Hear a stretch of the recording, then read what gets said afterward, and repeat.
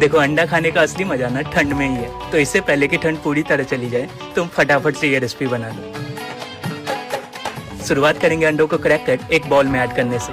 थोड़ा नमक, काली मिर्च, oregano and chili flakes add कर सभी को मिक्स कर लो एंड इसे पैन में लो टू मीडियम फ्लेम पे कुक कर ऐसे बड़े बड़े चंक्स में कर लेना है।